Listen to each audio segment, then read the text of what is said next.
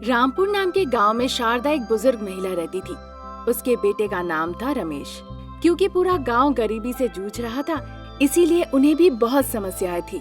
सभी लोग आर्थिक रूप से कमजोर थे, इसीलिए गांव की महिलाओं ने अपने पारिवारिक सुख के लिए अपने बेटों की विवाह कराई। शादी में उन्हें ढेर सारे दहेज और उपहार मिले, जिनसे वो सुखी सुखी उसके बाद रहने लगे। ये देखकर शारदा ने भी अपने बेटे की शादी कराने का फैसला लिया। बेटा रमेश, हर घर में शादी हो रही है, हमें भी अच्छी लड़की मिल जानी चाहिए ताकि तुम्हारी शादी हो। माँ, ऐसी परिस्थिति में शादी क्यों करना, बताओ। ऐसी मुसीबतों का हम सामना कर रहे हैं, फिर किसी और लड़की को घर लाकर बस परेशानी बढ़ाना। बहू आएगी तो दहेज भी तो लाएगी, उन पैसों से हम कुछ दिन तो सुखी जी सकते हैं, बाद में भगवान की मर्जी, जो होगा देखा जाएगा। मेरी बात मानो, ना मत कहो, जो कह रही हूँ सुन लो। ठीक है माँ, तुम जैसा कहोगी मैं शादी कर लूँगा, लेकिन पहले मैं लड़की से एक बार बात करना चाहता हूँ। मैंने पुजारी से बात की है, हमारी एक दूर की रिश्तेदार है, नाम है अनामिका। अच्छी लड़की है, होशियार भी है, और उसने कहा वो तुमसे शादी करने के लिए तैयार है। वैसे वो लड़की क्या काम करती है? वो मवेशियों का देखभाल करती है। अगर वो यहाँ आती है तो वो काम भी यहाँ करेगी। उसे घर लाना हमारा सौभाग्य है, वो बिल्कुल एकदम गुड़िया जैसी है। एक बार मैं अनामिका से बात करना चाहता हूँ। उसमें क्या है, शादी के बाद जितना मन बात कर लेना। अब मेरी बात सुनो, पहले शादी हो जाने दो, फिर हम सोचेंगे। आगे कुछ मत कहना, समझे? ठीक है माँ। रमेश क्योंकि शादी के लिए तैयार हो गया तो शारदा भी बहुत खुश हो गई। फिर अनामिका और रमेश की धूमधाम से शादी हो जाती है। क्योंकि नई बहू गांव में आती है, इसीलिए चारों तरफ खुशियों का वातावरण होता है। शादी में पूरा गांव पेट भर के खाना खाया। उधर वो बहुत खुश थे, इधर नए दंपति एक दूसरे के साथ अपने विचारों का आदान प्रदान कर रहे थे। अनामिका, शादी से पहले मैं तुमसे बात करना चाहता था, पर वो संभव नहीं हो पाया। अब मैं तुमसे बात कर सकता हूँ। ऐसा कि मैं भी आपसे बात करना चाहती थी, पर मेरे परिवार ने नहीं माना। ऊपर से आप भी तो नहीं आए एक बार भी, तो मैं कैसे बात करती? ऐसा तो अब बोलो ना। पहले आप बोलिए, उसके बाद मैं बोलूंगी। ये सही है, मैंने तुमसे बहुत बार बात करने की कोशिश की अनामिका, पर मेरी माँ ना कह दी। पूरा गांव अभी तकलीफ में है, सारे परिवार जूझ रहे हैं, व्यापार नष्ट हो जा रहे हैं, लोग आत्महत्या कर रहे हैं। इस गांव में ना सही से बिजली है, ना ही सड़क है, और ना ही चिकित्सा सुविधा है। जिस घर में देखो बस वो भूख से मर रहा है। ये सारे परिस्थिति देखते हुए गांव के मुखिया जी को एक परिकल्पना आई। गांव के लड़कों की शादी करा दी जाए, ताकि अगले 2 हफ्तों तक सारे गांव वालों को पेट भर के खाना मिल सके, और जो दहेज या उपहार मिलेगा, उन पैसों से उस परिवार की परिस्थिति ठीक हो जाएगी। इसीलिए जो लोग अभी तक शादीशुदा नहीं थे, उनकी एक एक करके शादी हो रही है, और आखिर मेरी बारी भी आ गई और मेरी माँ ने शादी करा दी। इसी बारे में मैंने तुम्हें कई दफे कहना चाहा, पर हो नहीं पाया। आपका कहना हो गया, अब मेरी बात सुनिए। इस विषय में मुझे सब पता है, क्योंकि मैंने तुम्हारे गांव की 3-3 शादियां अटेंड की है। मेरे गांव से 3-3 लड़कियां आई हैं, मैं चौथी हूँ। आप चिंता मत कीजिए, बहुत जल्दी मैं इस गांव को रहने लायक बनाऊंगी। तुम तो बहुत साहसी लड़की हो अनामिका, तुम्हारी बातों से तो मुझे ऐसा लग रहा है। आपको देखकर मैं बहुत खुश हुई। आपने अपनी सारी दिल की बात मुझे बता दी बिना छुपाए, इस बात से मैं बहुत खुश हूँ। आप जब बातें कर रहे थे तो लग रहा था मैं बस सुनते ही रहूं। मुझे भी बिल्कुल ऐसा ही लग रहा था। तुम तो मेरे माँ के कहने से भी ज्यादा खूबसूरत हो। तुम जब बात कर रही थी तो मुझे लग रहा था सुनता ही रहूं। बोलो बोलो, मैं सुनता हूँ। उस रात नवविवाहित जोड़े ने ढेर सारी बातें की और अपनी भावनाओं को शेयर किया, साथ ही सुखद क्षण बिताए। अगले दिन सुबह अनामिका अपने मवेशियों की देखभाल के लिए उन्हें चराने ले जाती है। तभी अचानक उसे आसमान में एक हवाई जहाज दिखती है। सभी अमीर विमानों में सफर करते हैं और हम यहाँ जीने के लिए मरे जा रहे हैं। अगर वो विमान नीचे चलता ना, तो मैं उसे छुपा ही देती। जब वो इस तरह से बातें कही जा रही थी, तभी एक और विमान ऊंची उड़ान भरने लगा। तभी अनामिका के दिमाग में एक तरकीब आती है। अगर वो एक हवाई जहाज लूट लेती है, तो वो खबर सभी टीवी और समाचार में दिखाई जाने लगेगी। और इसलिए अगर वो उस गांव में आते हैं, फिर उस गांव की बेहतरी की गुंजाइश हो सकती है, ऐसा अनामिका ने सोचा। फिर वो सही समय का इंतजार करने लगती है। अरे वाह, मेरे पास तो बहुत अच्छा विचार है, इसे जल्दी से लागू करना पड़ेगा। तब तक मुझे ये बात किसी को नहीं बतानी चाहिए। इस तरह अनामिका सोचती है कि वो एक न एक दिन एक विमान जरूर लूटेगी और उसे ये परिकल्पना बहुत ही जबरदस्त लगी।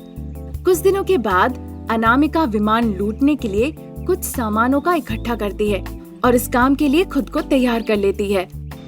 एक दिन अनामिका को एहसास होता है कि विमान बहुत नीचे से जा रहा है और वो विमान सीधा जाके मैदान में रुक जाती है।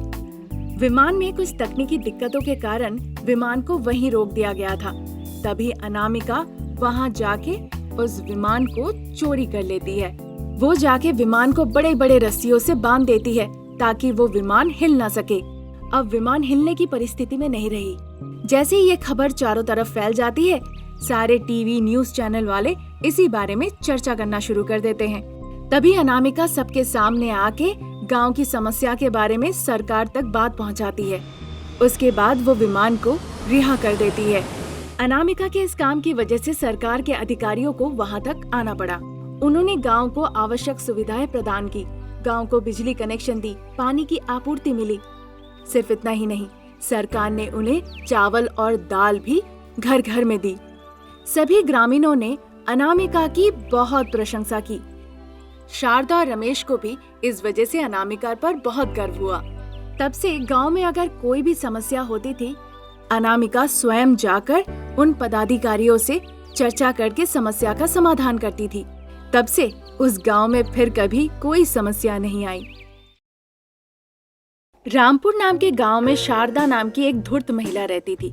उस गांव में लोग उसे बहुत नफरत किया करते थे। शारदा का बेटा रमेश मिलिट्री में काम करता था। वो कभी कभार घर आता था, इसीलिए शारदा अकेले ही रहती थी। शारदा के पति की एक दुर्घटना में मृत्यु हो गई थी। तब से शारदा अपने बेटे का मुंह देखकर ही जी रही थी।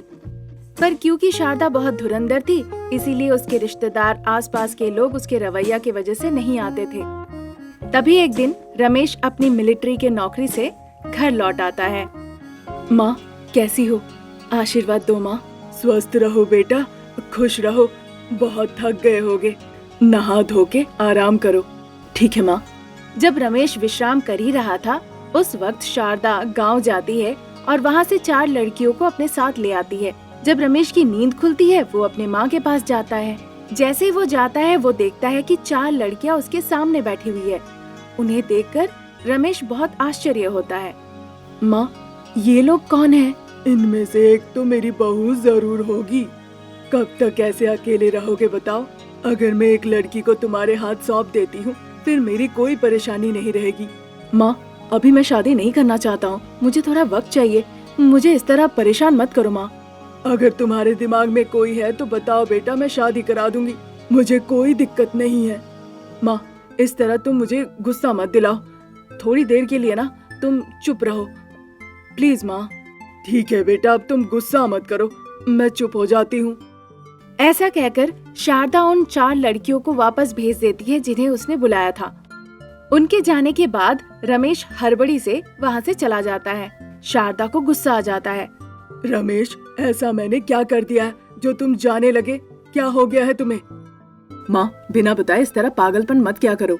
पड़ोस के गांव जा रहा हूँ। रंगा जो मेरे साथ काम करता था, वो पिछले साल ही रिटायर हुआ है। उससे जाके एक बार मिल आता हूँ। ज्यादा देर वहाँ मत रहना, हम लोग का बहुत सम्मान है यहाँ पे। ऊपर से उन लोग छोटे जात के हैं, क्या जरूरत है उनसे मिलने की? हाँ माँ, मुझे भड़काने की कोशिश बिल्कुल मत करो। मुझे आने में देर होगी, तुम खाना खा लेना, निकलता हूँ मैं। ऐसा कहकर रमेश रंगा से मिलने के लिए उसके घर चला जाता है। रंगा के घर जाके उसने देखा कि रंगा अब सैयाग्रस्त हो चुका है। रंगा की एकमात्र बेटी नाम था अनामिका। अनामिका बहुत सुशील लड़की थी। रंगा मिलिट्री से निकलने के बाद वो घर पर ही रहकर आराम कर रहे थे, पर अचानक से बीमार पड़ने की वजह से वो सैयाग्रस्त हो जाते हैं। रमेश को देखकर रंगा बहुत खुश होते हैं। रमेश को देखने के साथ साथ उनकी आंखों में आंसू आ जाता है। रमेश, देखो मेरी परिस्थिति, 25 सालों से भी ज्यादा मैंने इस देश के लिए सेवा की है। आज बिस्तर पकड़ लिया हूँ। मेरी जान को लेकर मुझे फिक्र नहीं। पर बेटी के बारे में सोचकर बहुत दुख होता है। कल अगर मर गया तो उसकी देखभाल के लिए कोई नहीं है। क्योंकि उसकी माँ नहीं थी तो मैंने उसे बहुत दुलार दिया, पर उसकी शादी ना करा के सैयाग्रस्त होके आज मैं उसकी मदद ले रहा हूँ। किसी बाप के लिए ऐसी परिस्थिति ना आए। देखिए, आप इतना चिंता क्यों कर रहे हैं? आपको कुछ नहीं होगा, थोड़ा धैर्य रखिए। जब रमेश रंगा को समझा ही रहा था, अचानक से रंगा को दिल का दौरा पड़ जाता है। रंगा की जान चली जाती है। रमेश और अनामिका दोनों रंगा के ऊपर सर रख के रोने लगते हैं। 2 दिन निकल जाते हैं।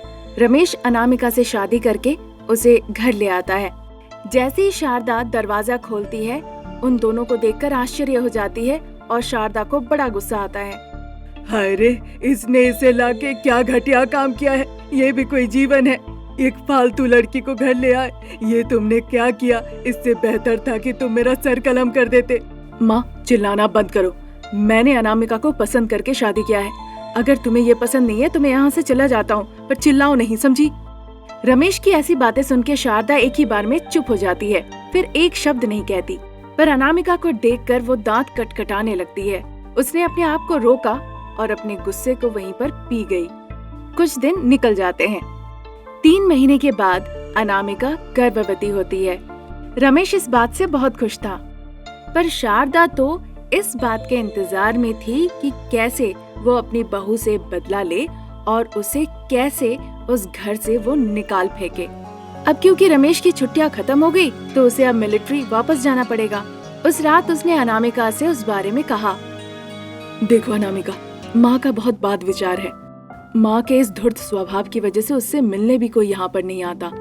मैं शादी करूंगा तो माँ उसे जरूर परेशान करेगी, यही सोच के मैंने अब तक शादी नहीं की थी। पर परिस्थिति की वजह से मैंने तुमसे शादी की, पर ड्यूटी की वजह से मुझे तुम्हें छोड़ के जाना पड़ेगा। माँ को बर्दाश्त कर लेना, क्योंकि अब तुम साधारण नहीं हो।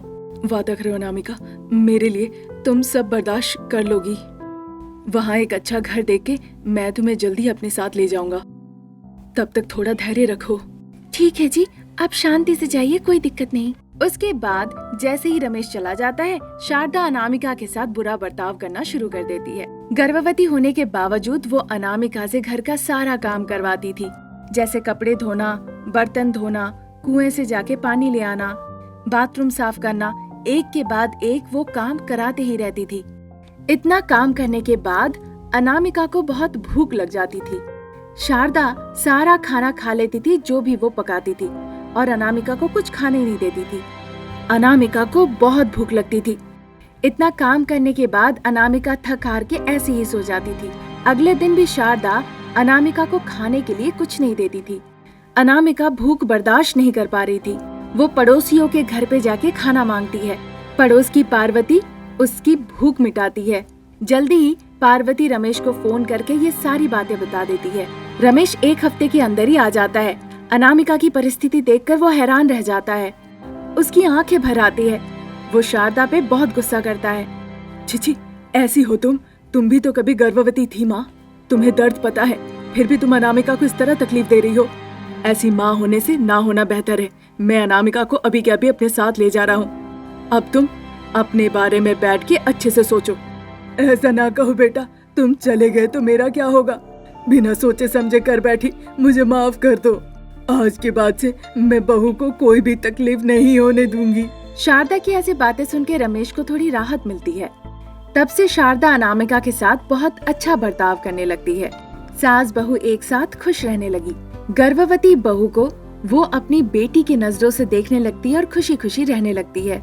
सासू माँ में ऐसा बदलाव देखकर अनामिका भी बहुत खुश होती है। रमेश भी अपने माँ में बदलाव देखता है और बहू को बेटी की तरह प्यार मिलता देख वो भी बहुत खुश होता है भी।